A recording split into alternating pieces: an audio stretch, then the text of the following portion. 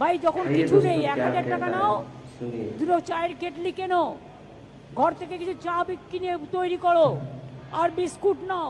और अभी तो रुको, क्लाइमैक्स अभी बाकी।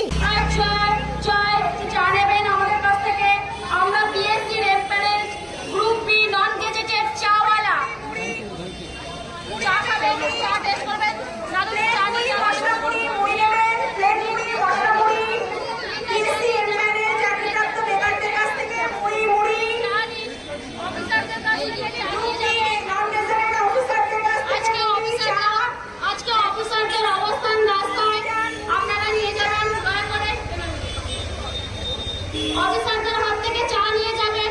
আজকে পশ্চিমবঙ্গ